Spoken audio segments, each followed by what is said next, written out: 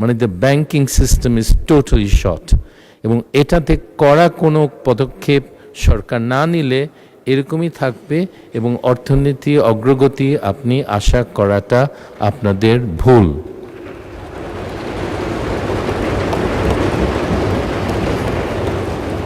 আমি আশা করি অর্থমন্ত্রী সাহেব এই ব্যাপারে কিছু করবেন, কারণ আমাদের ব্যাংকিং এফিসিয়েন্সি বাড়াতে হবে।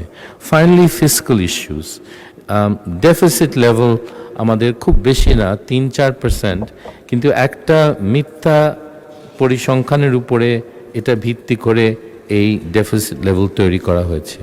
সেটা হলো আমাদের রাজস্বের রেট। রাজস্বের রেট গত 15 বছরে 84-84 উপরে কোনো দিন যায়নি, এক বছরে 70 ছিল। সো আমরা বাজেট করি হাই রাজস্ব রেটে, কিন্তু আসলে এটা হয় না, এবং এটা প্রত্যেক বছরে হয় না। প্রত্যেক বছরে হয় না তো এটা একটা আন্দাজ করা উচিত। আর তখন শেষ মুহূর্তে আমাদের মহামান্য মন্ত্রীকে ফাইন্যান্সিং করতে হবে, এবং 3 সোর্স থেকে তাকে ফাইন্যান্সিং করতে হবে।